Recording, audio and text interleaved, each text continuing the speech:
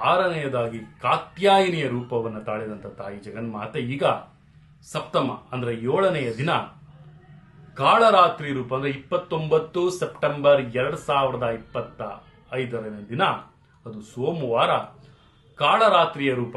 ಇದು ತುಂಬಾ ಭಯಂಕರವಾದಂಥ ರೂಪ. ತಾಯಿ ಚಾಮುಂಡೇಶ್ವರಿ ಕಾಳರಾತ್ರಿ ಅಥವಾ ಕಾಲರಾತ್ರಿಯ ಒಂದು ಅವತಾರದಲ್ಲಿ ಬರ್ತಾಳೆ.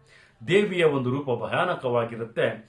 ಈ ಕಾಳರಾತ್ರಿಯನ್ನು ಆರಾಧಿಸುವ ಒಂದು ಸಮೃದ್ಧಿ ಮತ್ತೆ ಅಭಿವೃದ್ಧಿಗೋಸ್ಕರ ತಾಯಿ ಜಗನ್ಮಾತೆಯನ್ನು ನಾವಿಲ್ಲಿ ಆರಾಧಿಸ್ತೀವಿ. ನಕಾರಾತ್ಮಕ ಶಕ್ತಿಯನ್ನ ದೂರವನ್ನ ಮಾಡಿ ದೈವಿಯ ಒಂದು ವಾಹನ ಇಲ್ಲಿ ಕತ್ತೆಯಾಗಿರುತ್ತೆ. ಈಕೆಯನ್ನು ಪೂಜಿಸೋದ್ರಿಂದ ಶುಭ ಫಲಗಳು ಸಹಿತ ದೊರೀತಾ ಹೋಗ್ತವೆ. ಆದ್ದರಿಂದ ಈಕೆಯನ್ನು ನಾವು ಶಂಭುಕರಿ ಅಂತಲೂ ಸಹಿತ ಹೇಳ್ತೀವಿ.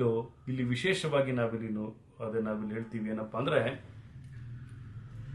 ಶುಭಕರಿ ಅಂದ್ರೆ ಅದು ಸ್ವಲ್ಪ ಎಡಿಟ್ ಮಾಡೋ ಶಂಭುಕರಿ ಅನ್ನೋದು ಶುಭಕರಿ. ಓಕೆನಾ?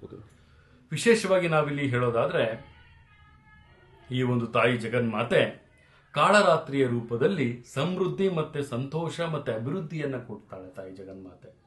ವಿಶೇಷವಾಗಿ ಈ ಒಂದು ಶುಭ ದಿನ ನಾವಿಲ್ಲಿ ಶುಭಕರಿ ದೇವಿ ಅಂತಲೂ ಸಹಿತ ಹೇಳ್ತೀವಿ ಕಾಳರಾತ್ರಿಯನ್ನ.